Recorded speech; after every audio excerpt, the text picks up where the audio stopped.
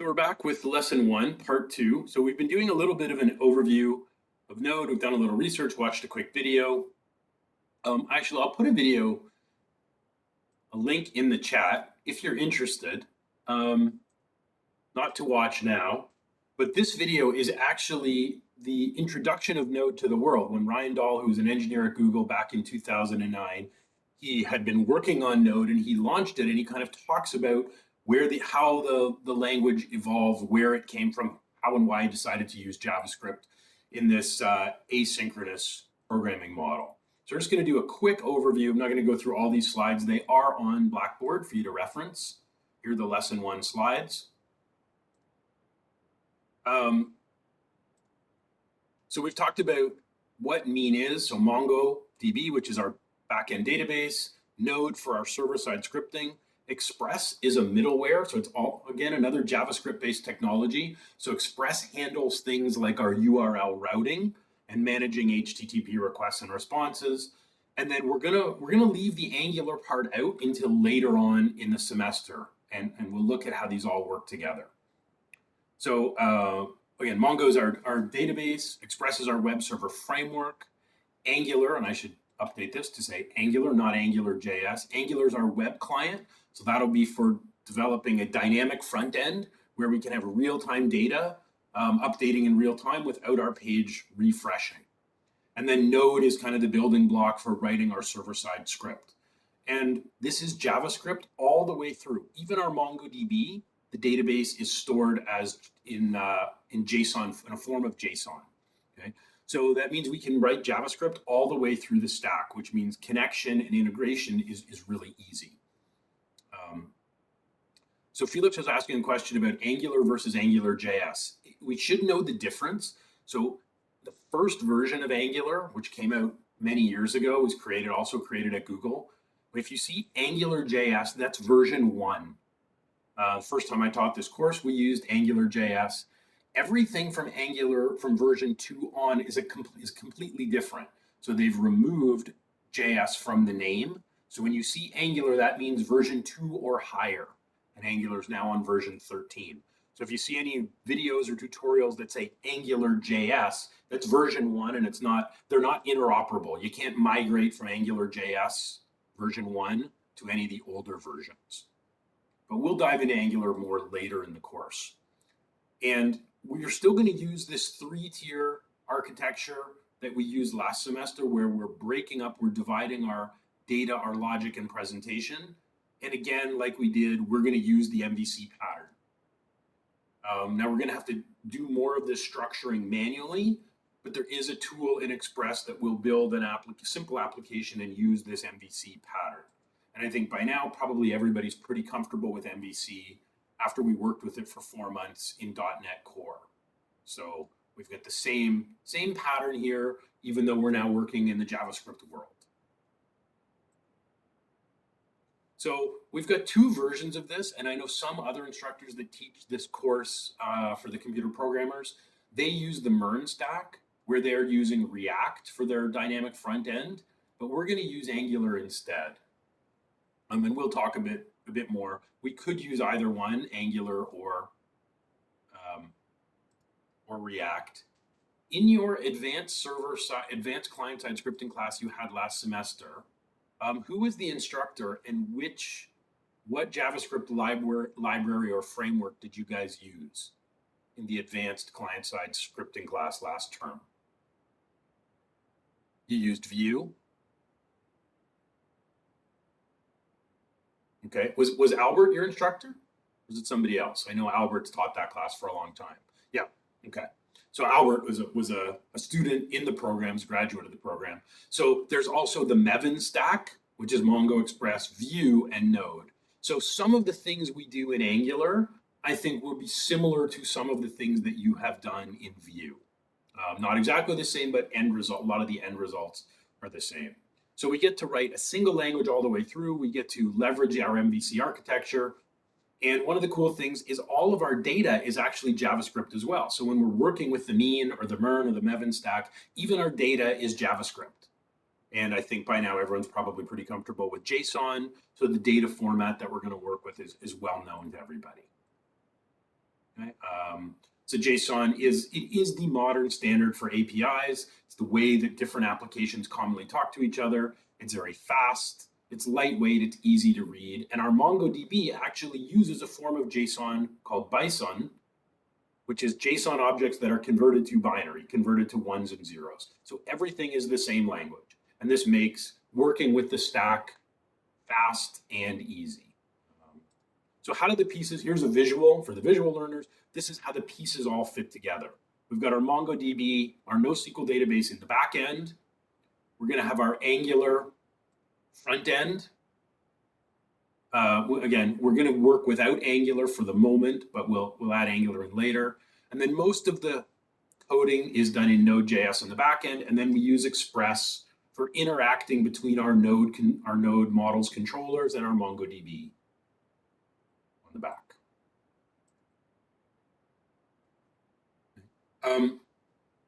So Node was created at Google back in 2009, and Chrome in 2008, Google created this new version, V8, of the JavaScript engine. And that made it possible for JavaScript to run a heck of a lot faster. So until this, JavaScript was always a front-end language only. It could never be used on the back end until Google came out with the V8. So basically, they wrapped the engine in C and created the first version of Node.js. And the main idea was non-blocking sockets. So we could write asynchronous code, so our application could do multiple things at once.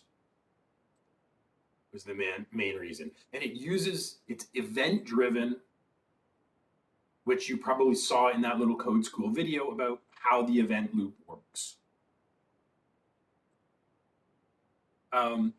That Node also created, this was really the first global package repository called NPM, Node Package Manager. We'll start working with it next week. And this is, again, one of the ideas that Microsoft has stolen from Node. And we used the Nuget package manager in Microsoft when we wanted to add third-party, additional functionality to our ASP.NET applications, things like Google authentication. We would install a package from the Nuget package manager. So Nuget is based on NPM, which is an open source. It's a package registry where we can find and download and install modules, third-party modules, and add them into our Node applications. There are some other package managers. There's one called Yarn. That's sort of a competitor to NPM, but we'll be using NPM through the course starting next week with this kind of syntax where we'd say NPM I, and then we would install the name of a package. Okay, we'll leave the rest of this stuff. We'll come and deal with some of the other things in this slide working with NPM next week. So what we want to do now is actually write a few really simple files. We've installed Node on our machines. So I'm going to open up my code editor. I'm going to use Visual Studio Code. As I said, I've traditionally used WebStorm from JetBrains in this class. I haven't really done Node development with Visual Studio Code before, but I'm going to give it a shot. So you can open up your code editor, WebStorm or Visual Studio Code, whatever you like. I'm going to make a new close up my folder.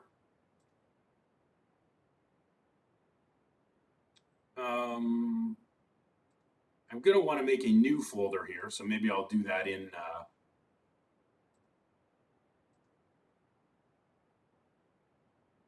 I'm going to make a new folder first. I don't actually see the command to create a new folder here. Can I do it? You guys have probably worked with Visual Studio Code a lot more than me. Okay, so you know what I'm going to do? I'm going to go make a new folder first in my file system, and then I will open it up.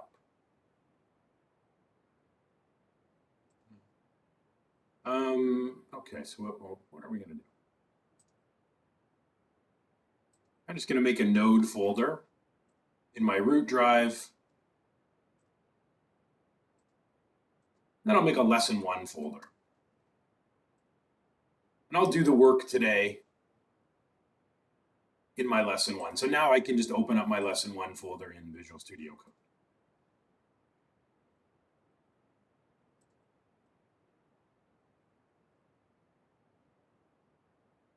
So I'm going to make a new JavaScript file here, which I will call Hello World. Node.js. And our first Node file is going to be super simple. All we want to do is print out a message. How would we do that in JavaScript? How do we just write out a message?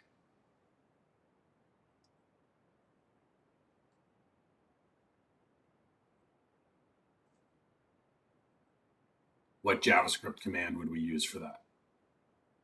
We just want to display a hello world message.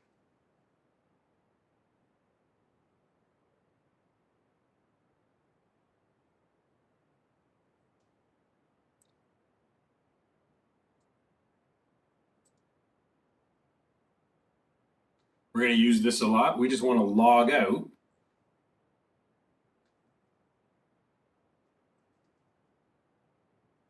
We're just going to log out a hello world message. So to run this, typically to start our Node applications or run our commands, we're going to be using the command line to do this. So using your Mac terminal or your command line, you can open it in a separate window. So you could use something, and any command prompt will do. So if we're on Windows, we probably have 3 different command windows. We've got our regular Windows command prompt. If we've installed Git, we've got Git bash. We also typically on modern Windows machines have Windows PowerShell. We could run our Node files or our Node sites from any of those. You can run it from your Mac terminal. But if we're using something like Visual Studio Code or WebStorm, we've got an integrated terminal right here. So I'm just going to click on my terminal menu and open a new terminal. And it can use either PowerShell or your plain command prompt, doesn't matter. So to run this with Node, I'm just going to type the command node hello world. So this is going to run my JavaScript file, and it should print out my hello world message here in my console. I'll just try it out. So I run it, I get my hello world message showing up here.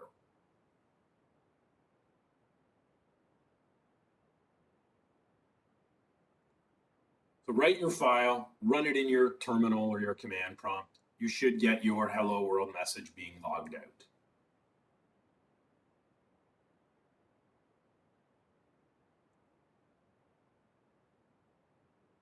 So most of the commands we run are going to start with the node keyword. So we're using that node server that we installed in the first hour of class. We can also check what version of node we have. Mine's maybe a little older. So if we run the command node--v,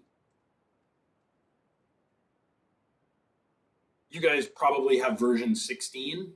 So I might update my version. I'm on version 14 of Node. Doesn't really matter. If we're not on exactly the same version, there shouldn't really be big differences.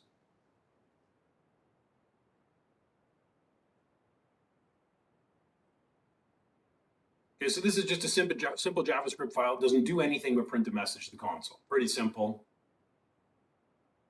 Any problems or questions so far?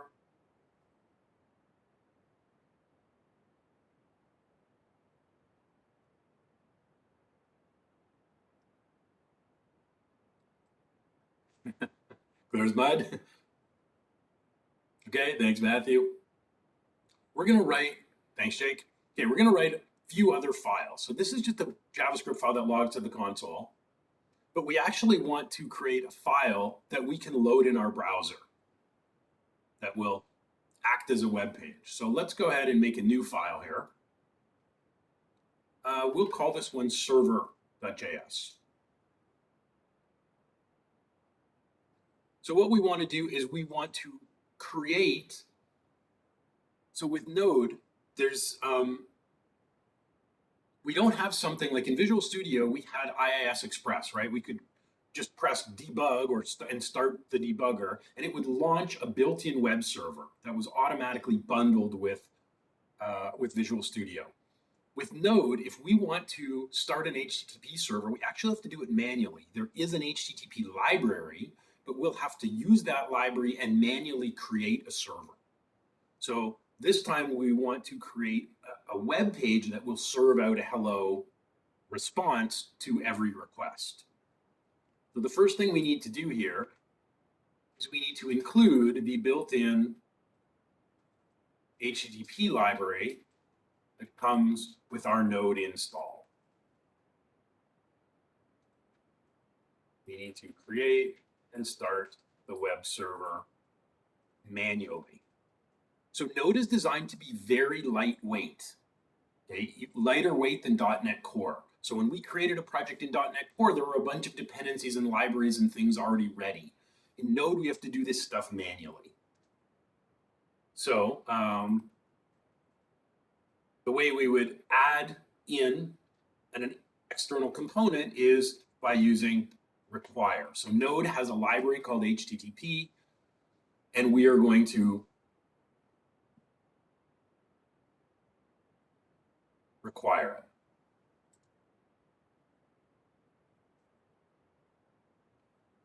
So now we want to start the web server and listen for HTTP request events, which we will then handle.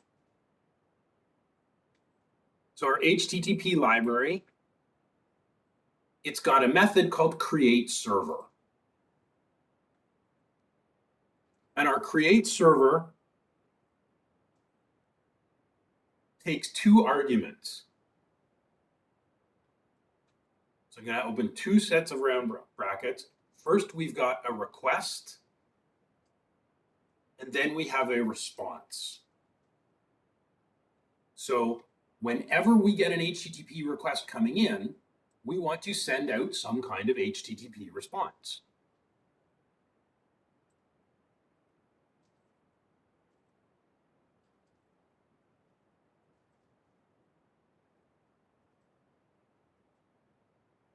So every time we have a request, we want to send out a response.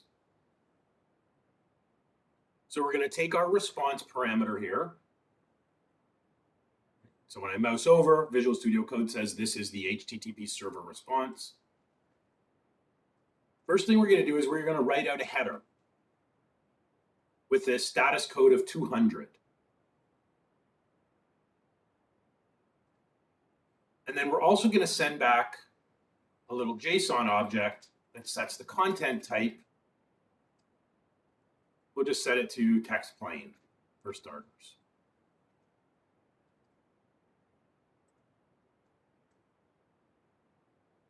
And then we just want to send a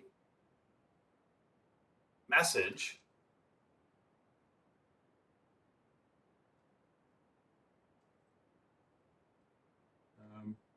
actually, we want to send a message and we want to end the response.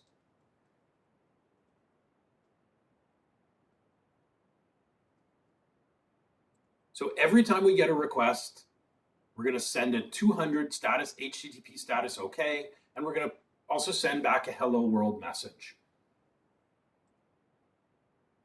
The other thing we need to do, we've created the server, but we also need this event listener. So we're going to chain two methods together. We're now going to say listen, and we have to specify a port.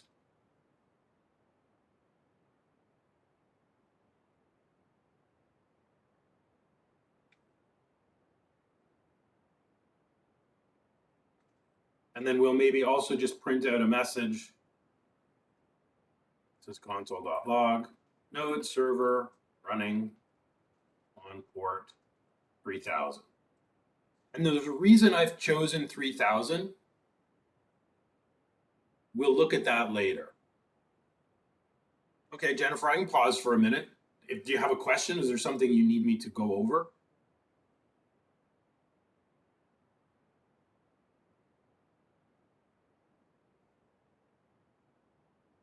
Okay, yeah, it's fine. I can leave the code up. So if we want to run this file and start our server, how would we do it? What command should we run in the terminal to launch our server?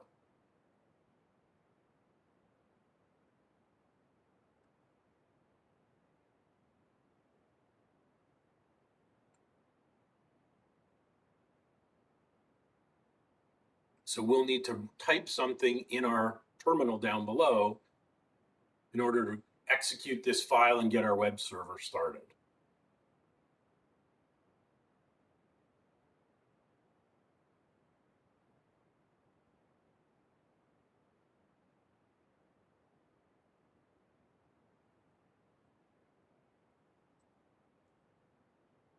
If you think you know the command, maybe you could put it in the chat.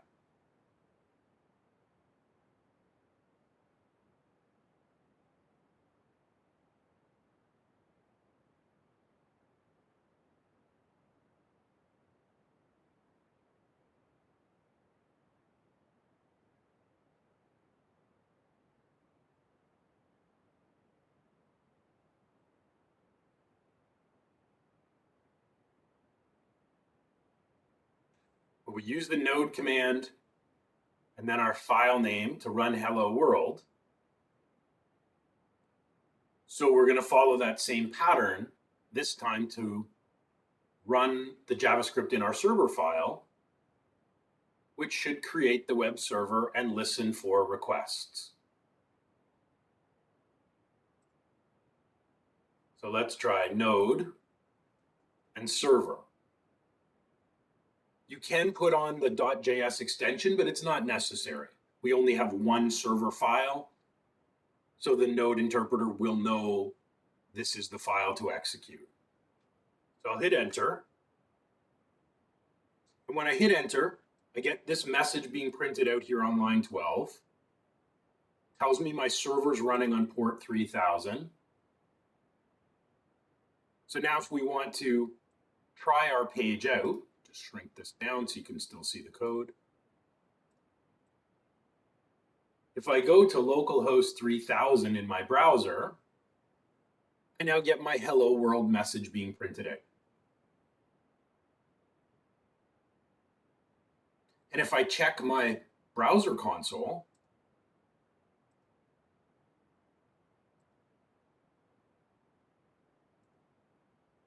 and go to the network tab, you can see here's my 200 response, right? So that 200 that we're setting here in the header, that HTTP OK status, that shows up here. And it says our content type is text plain, which we're also setting on line 8.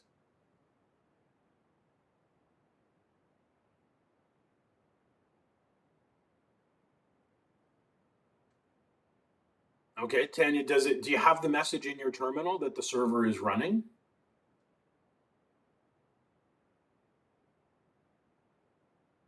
And the URL should be http://localhost:/3000.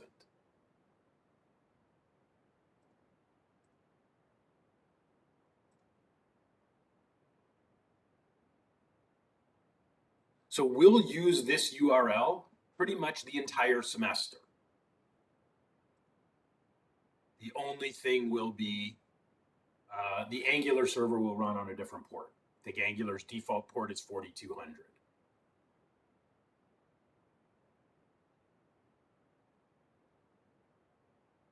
Localhost refused to connect. Okay, Tanya, try this. Instead of localhost, you can also try this. See if it works for me first. Yeah, you should also be able to use substitute 127.0.0.1, which is the same as localhost.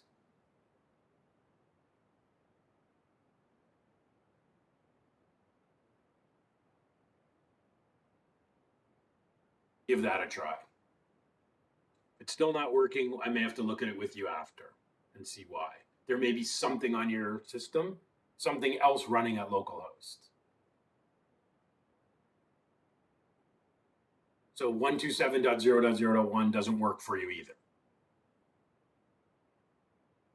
Okay, we will, so I would just code along. There's probably something small blocking it on your system, but you may have to screen share with me after.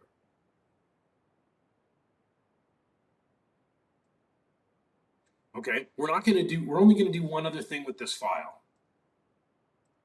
So I've got it saying hello world. I'm going to add something else into the message on line 9. Line 9.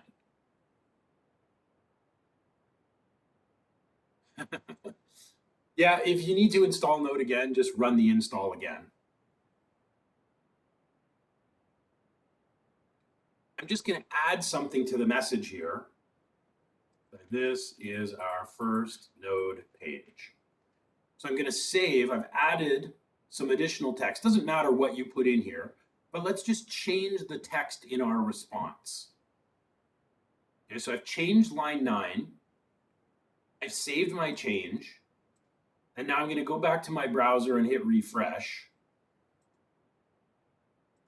But notice when I do, my message is not changing. Anybody have any idea why?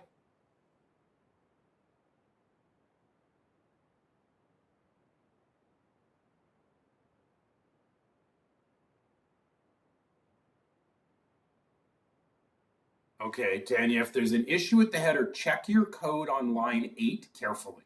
There may be something wrong where you're writing the header.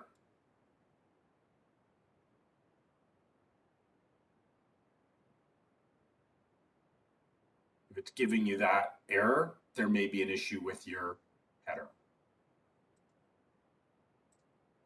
So how come I've saved my change, and yet when I refresh my browser, it's not showing me the change?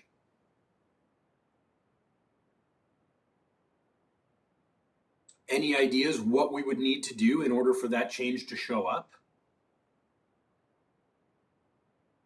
How come it's still printing hello world, even though it's supposed to print hello world, this is our first Node page? Yes, so the server, once the server is running, it serves the current version of the site, and if we go and make changes while the server is still active, it continually serves the old version. So Ralph, you're right. We need to run node server again. The problem is when the server is running, my terminal is locked. I can't type anything. When I type, it doesn't show up. So what I actually need to do is stop the server and then run the node server command again. So to stop your server,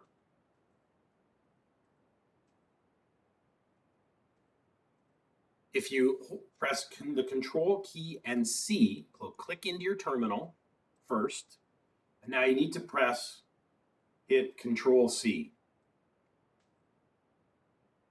Once you hit control C, now I get back to my command prompt again. So notice it now says PowerShell, PS for PowerShell, C node lesson 1. So I've stopped my server. If I go back to the browser, my web page should be offline now. Now if I refresh, it says it can't connect. I'll mostly use localhost, which I need to spell properly. So once I hit Control C and I get a cursor again at my terminal where I can type, I've shut the server off. So now that I've stopped it, I've made changes, I should be able to restart the server. So as Ralph suggested, if I run node server one more time, again, it prints out node server running on port 3000. My cursor is locked again. And now we see these changes. Excuse me. So this is a little bit inconvenient that every time we make a change to our code, we have to stop and restart the server. There is a fix for this, which we'll use next week. There is a tool we can install that will watch for changes and will automatically restart our server anytime the code is changed. But we need to install that tool manually. It's not here by default. So our server is going to be locked and running until we stop it.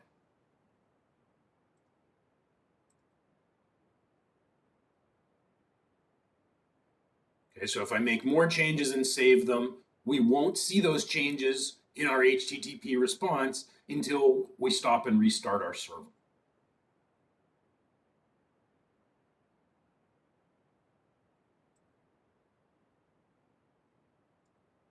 Okay, so this page is done. We're not going to make any more changes. I'll leave the code up for a minute.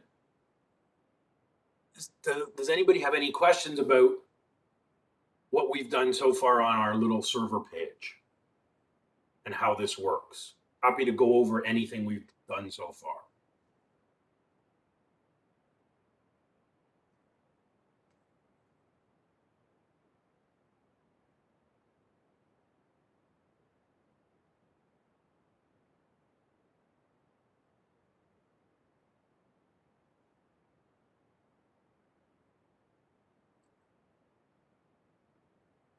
I ran the command node server in the command line.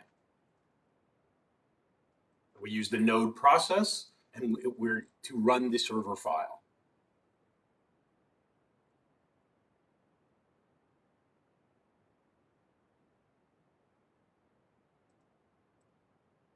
And then it's running. So, and we should get this message, node server running on port 3000.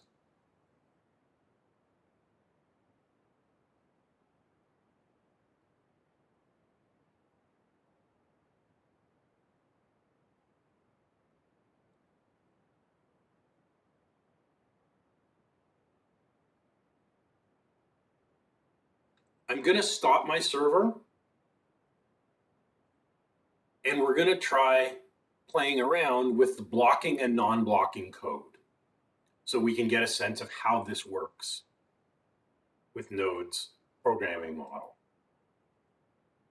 So I'm going to, again, hit Control-C, click in my terminal, hit Control-C, and now I get back, I get a cursor where I could run more commands.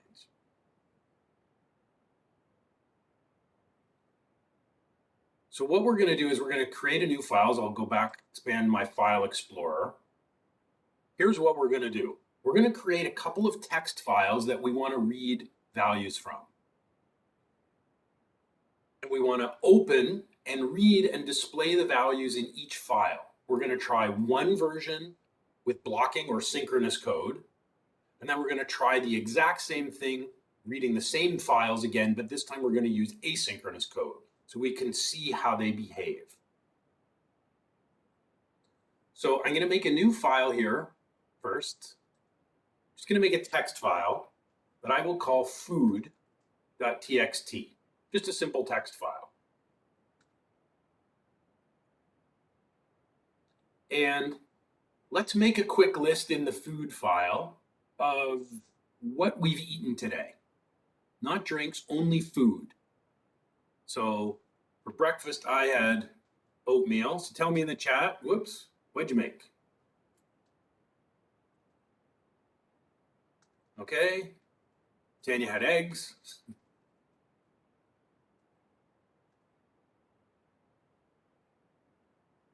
What else have you eaten so far today? Let's get a list with maybe 10 or 12 items. Protein shake. I considered it Colton, but my shaker cup was dirty. Well, protein shake, is that, you know what, Colton, we'll hold off on that. We'll add that to the drinks. Okay, Matthew had toast. I don't know why. Visual Studio Code is going a little crazy on me. What else have you eaten today? The always delicious gummy vitamins. Okay.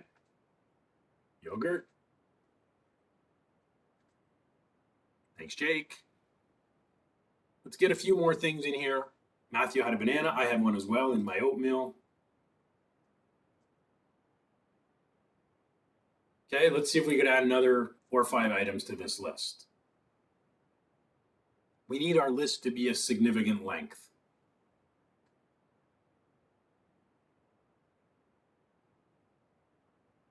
Granola, thanks, Tanya.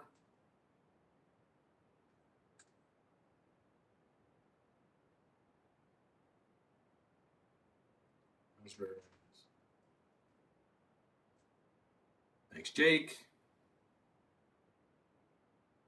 I did take a probiotic, which I didn't, you don't really eat it, but I guess it's solid. I got blueberries as well. I threw some raisins in my oatmeal for a bit of sweetness along with the banana. One more thing that somebody ate today. I know not everyone's a breakfast eater and it's early, but to add one more, make it an even dozen. Anything else somebody's had to eat so far today?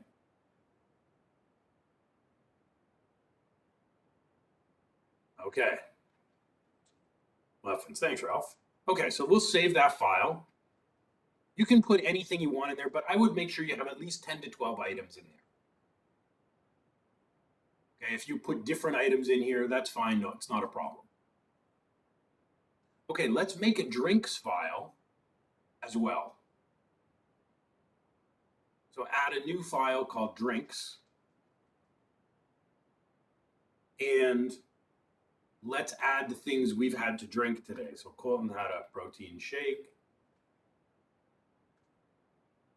What else has been in your cup or your mug today?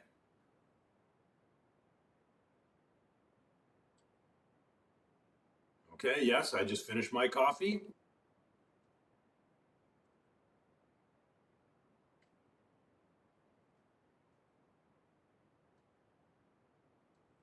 Orange juice. Jennifer's had water, which I'm having now as well. Maybe we'll add one or two more items, so we've got 5 or 6 items here. Anybody else had anything else to drink? Margarita, maybe. Mike had a Zevia. What flavor, Mike? Occasionally I have those.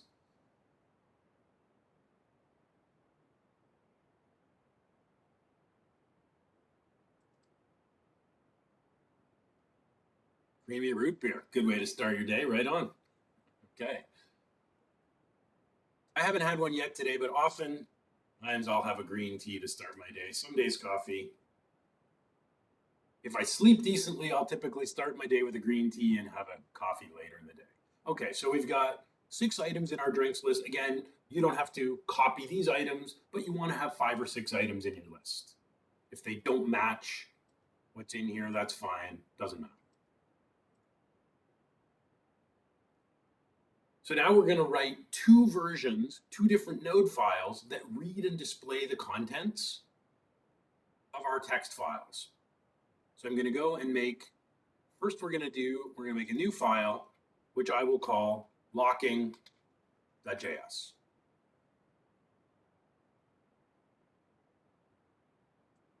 So the first thing we need, just like in our server file, we needed an external component that comes with Node. We needed the HTTP library. We don't need HTTP here, but in order to read from these other files, we need to include nodes file system module so we can read the text files. So I'll create a variable called fs, and we are going to require the node library called fs. Fs is just short for file system. So if we want to access an external file, we're going to need to use this file system. It enables interacting with the file system. And it has both synchronous and asynchronous operations. So we want to open and read the food file.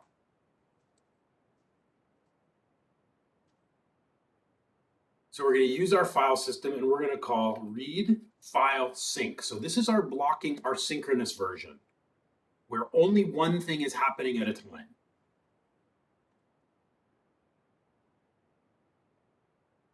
If you get 300 already in use, first thing to do, David, there's a couple things you can do. Number one is go down to your terminal and make sure you hit Control-C to stop the process. If you don't have that option, you can kill the node process from your task manager. I'll just show you this. There we go. So I'll just run my server file again for a minute. So now it's already running. If I want to kill it and you don't have the option to kill it here, if you go to your task manager in the processes, in background processes, you can stop your server if you need to here. You click on the Node.js JavaScript runtime and click End Task.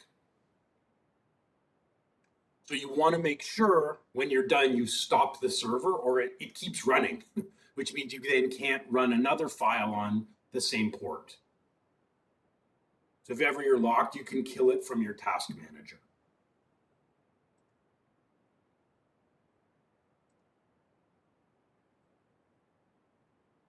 So we're going to read the file, and we have to provide the path to the file. So the file we want is food.txt. There are some optional parameters here when we're reading a file, like the encoding. I think we can read it just with the name of the file. So now we want to display contents of food file. So we can just say console.log food. We're assigning a variable equal to a function. And then we want to print out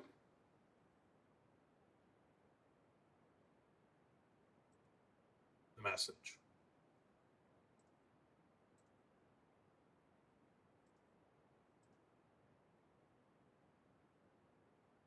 Then we'll say,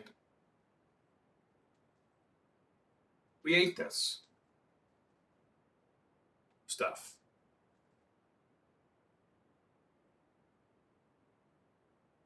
We then want to do the exact same thing with the drinks file. We want to read the drinks file. We want to print out the list of drinks. And then we want to print out a message saying, we drank this stuff.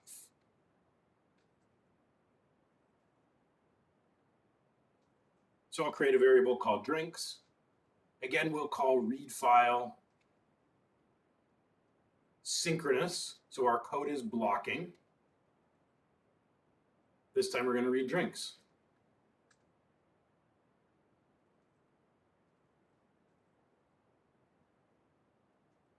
We'll log out to our console the contents of the drinks file, and then we'll just display a message. We drank this stuff. Okay, so we're only going to run this file and check out the results in our terminal. We're not using HTTP for this, so we're not going. This isn't something we're going to look at in our browser. We're just writing node code and interacting with our text files. So I'm going to run this file in a minute. I'll just clear my type CLS to clear out my terminal. So sometimes we run a lot of commands with Node. Our terminal gets really long. When you want to clear out everything that's there, you just type CLS. CLS. There's the terminal.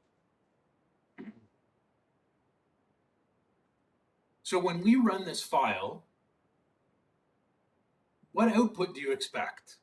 In what order? So we've got 4 console log statements, right? Our list of food, our eating message, our list of drinks, and our drinking message.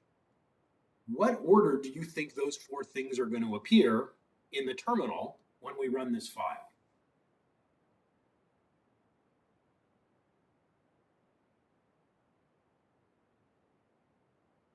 What do you think the sequencing of this will be?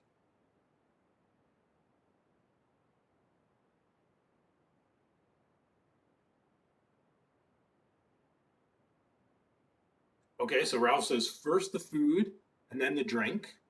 And what about the 2 messages? That we ate this stuff, we drank this stuff.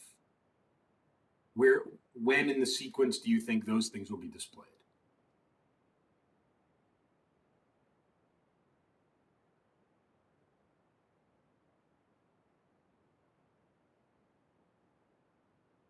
Okay, Jennifer, you think after? When we finish logging the lines, we ate this stuff comes after the food? Okay, well, let's try it out and see. So how would we run this file? What command would I type at the terminal to execute the code and see the result.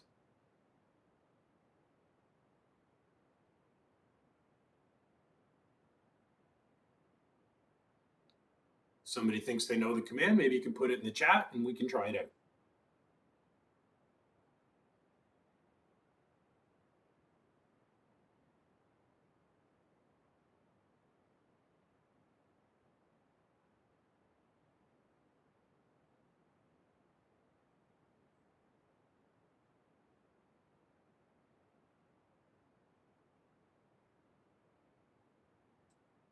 Well, it's going to be similar to the commands we ran to run our other files.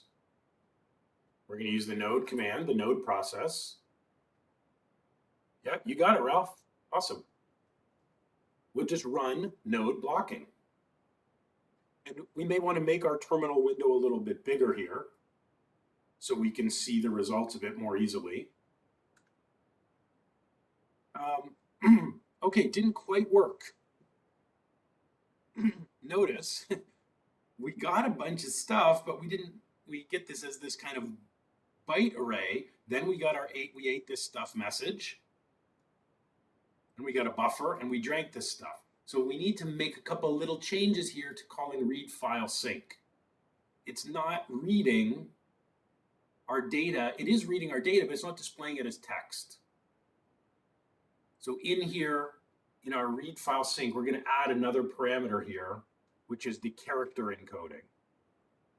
Let's pick UTF-8.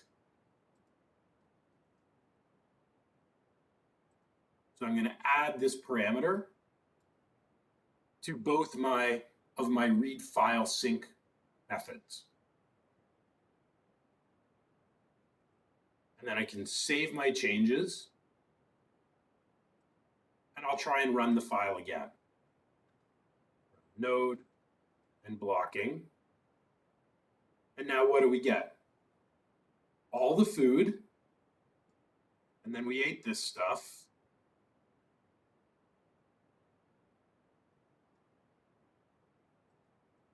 Interesting. Where is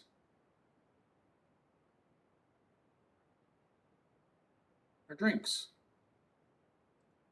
Maybe I didn't save my file.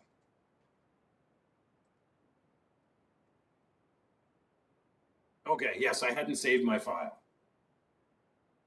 So we get all the food.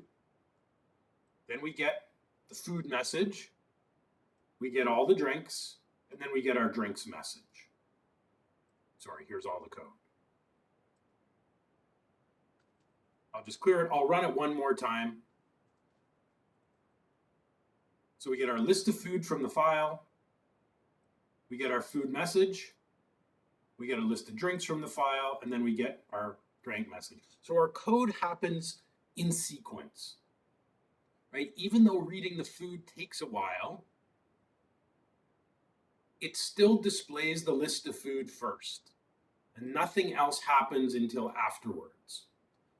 We've got 12 items in the food file. If we had 12 million items in the food file, the display is still going to be in this order because our code is synchronous or blocking. Until one command completes, until this completes, the next command can't execute. So potentially this means a lot of waiting for things to finish completing. Now there's times where it's important that certain things happen in a certain order, right? For example, if we're saving an order to the database, we don't want to email our customer a confirmation until we've confirmed that the order gets saved. So we might want blocking code in that case. But for many other operations, we don't want blocking code. We want to be able to do something in the background while the rest of our application can continue working.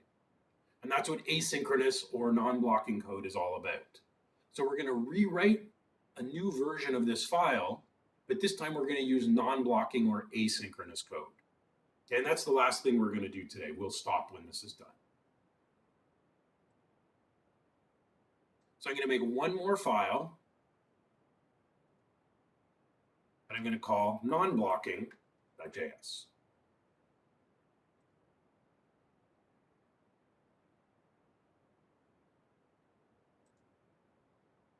our code is going to be similar. So again, we're going to require the node fs library.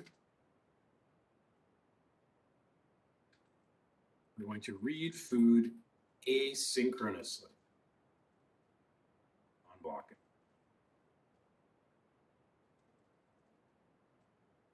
So we're going to use a different method and a little bit of different structure here. So this time we're just going to call read file, not read file sync. So in this case, read file is a little different. We've got to supply the name of the file and the encoding. So again, we're going to read the food file with UTF-8 encoding. But then we've got this callback structure. And you saw the callback. David, you said stuff from the video will make more sense once we start to do it. So did anybody catch from the video, or maybe you've worked with callbacks in your Vue class with Albert, what is a callback function? This is kind of the whole key to how Node's asynchronous nature works. Did anybody catch what a callback is or know what it is from another course?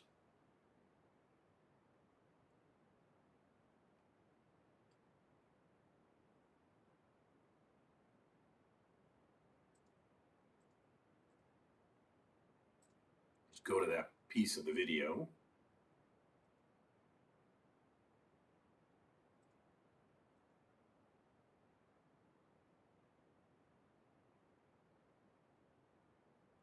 So we're kind of mimicking his example here.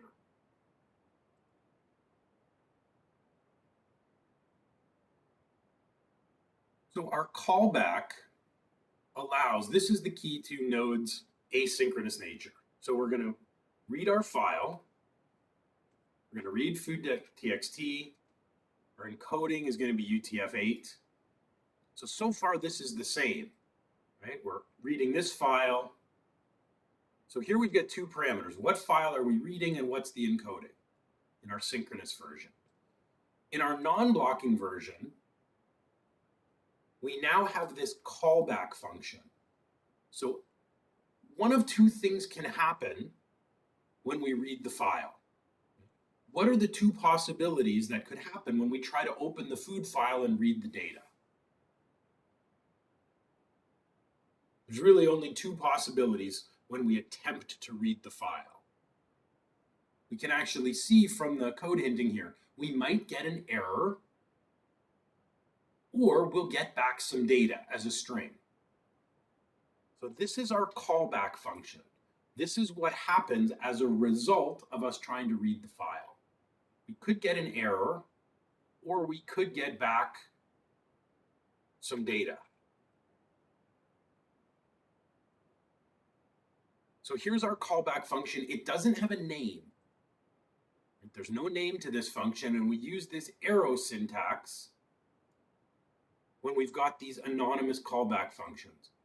So start reading the file, and when it's done, determine if we got an error or we got some data back.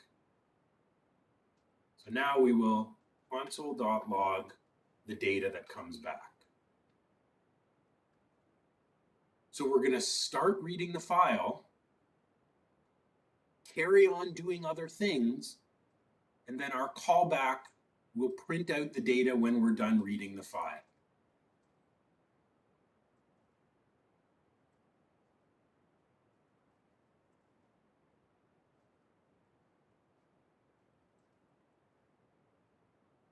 So here, this anonymous function with our arrow, this is our callback structure.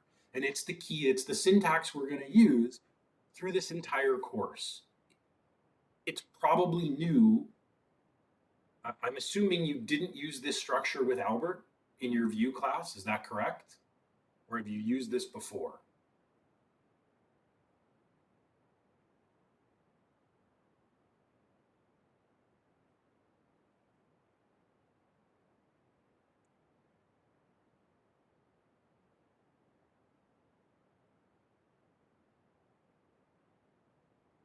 Anybody? Did you write anonymous callback functions in your Vue class?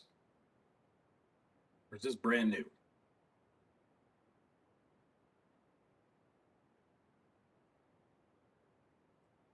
Don't recall doing it? Okay. My assumption is it's probably new. It takes a while to get used to. This is one of the complex parts about starting to work with Node. Using these anonymous arrow functions to handle our callbacks. So now we'll print our food message. We ate stuff.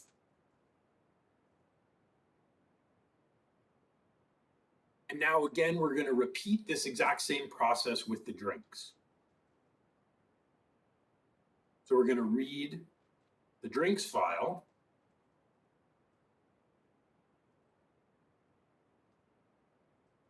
And again, here's our callback. This is what to do once we're done reading the drinks. We might get an error. If there's no error, we'll have some data. We'll have a string representing the drinks.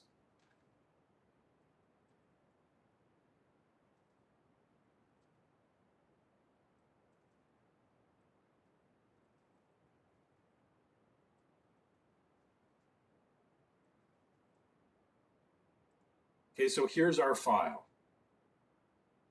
So the same commands, but we're using asynchronous code to read the file. So it's not going to block. But the execution will return, and we'll print this out once it's done.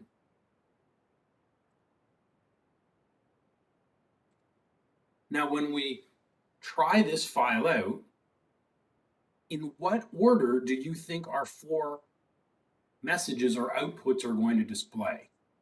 So in our blocking file, we had the list of food, and then our we ate this stuff message. Then we had the list of drinks, and we drank this stuff. When we run the non-blocking version of that, we're going to get the same output, but in what order do you expect it to appear?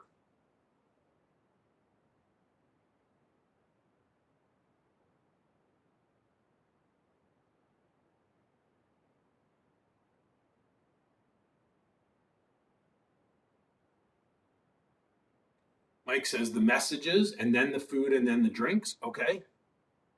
Thanks, Mike. I'd like to hear from some other predictions as well.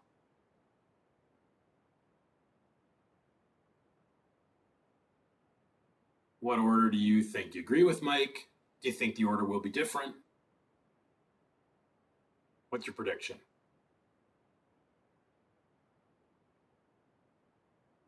Colton thinks the same. Okay. Anybody else? What do you think?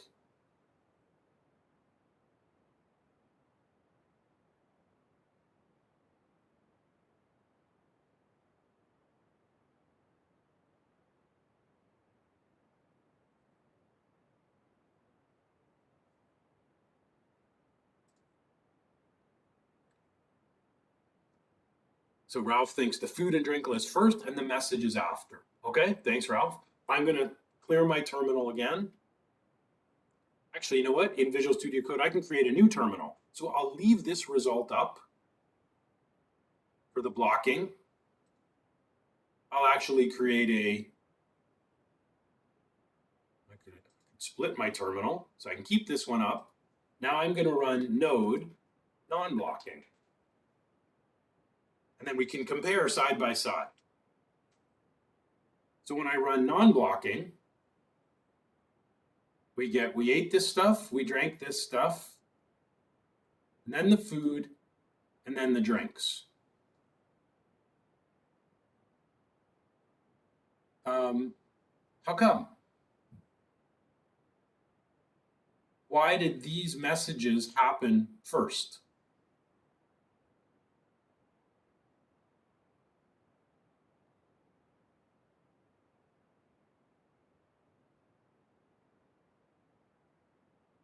Anybody explain the result? You can take a guess. So why did line 9 happen first, and then line 15, and then line 6, and then line 12?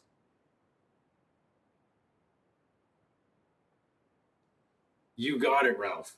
Remember, our code, it's asynchronous, it's non-blocking. So we start reading the food file, but this takes a little while to read all the data and log it. So while this is happening, this happens next. This is a shorter process, so it actually happens first because this code does not lock the thread. While the food is being read, we print the food message. It then starts trying to read the drinks file and collect and log that data. That process also takes a bit of time. So our code, again, doesn't block, so it can carry on to line 15. And then our callback, once the food is done, it then prints the food. And lastly, once the drinks are done, that's print last. Now, if we put a bunch more items in the food file, eventually we could make the food file big enough that the food will come last. Even though this starts first, it might actually finish last. I'll go put a few more items in my food file and we can just experiment with it. So I'll just add a bunch more things here, maybe, I don't know. A bunch of breakfast food, bread,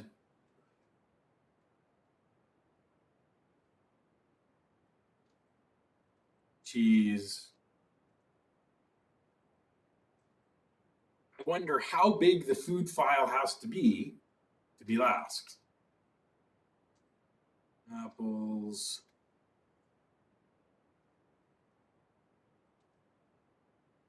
I'm going to put a bunch more things in here.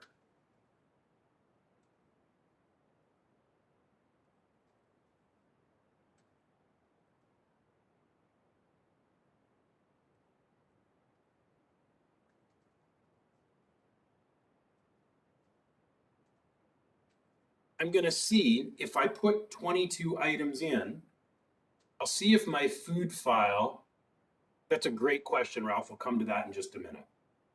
So I've made my food file, I've almost doubled it. I'm going to run it again, so I'll just clear this terminal over here. I'm going to run non-blocking again.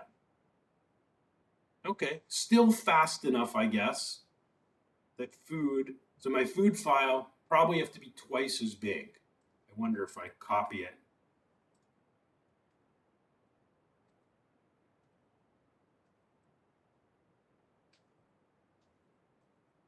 If I make my food file really long,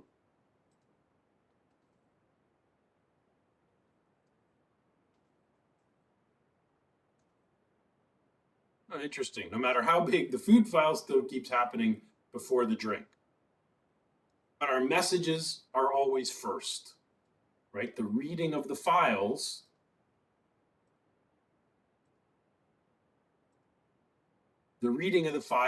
take enough time that the messages are always going to print first. Okay, Ralph, what's the difference between this and async and await? The only difference is syntax. So this callback syntax with the anonymous function and the arrow, this represents the asynchronous code, the callback. Async and await in C#, it does the same thing. So that was Microsoft's kind of copying of Node's asynchronous functionality with callbacks. So Microsoft used the keywords async and await. The syntax is a little easier to understand, but Node created this syntax. And Microsoft has just used async and await to perform this same callback structure. So this structure, it's a little hard to read and it takes a little while to get used to. But we'll use it regularly so it'll become familiar. Just like MVC was new and strange last semester at the start, but after we worked with it for a while, most people started to understand how it works.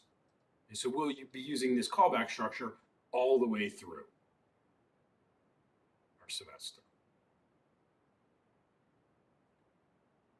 To show you ultimately, we're about done for the day. I'll just show you quickly where we want to get to at the end of the semester. Like when we put our whole mean stack together. I think I still have the project I did last term. I can show you what it looks like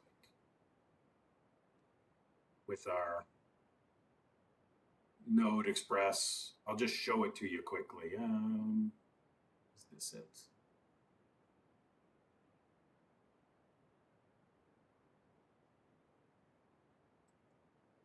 I think so.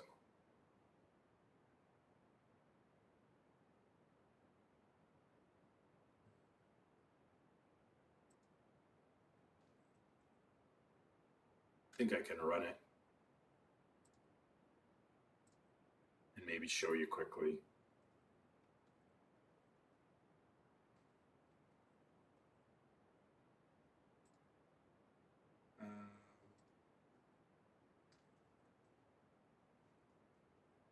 My database not be running. No, it's not running. Okay.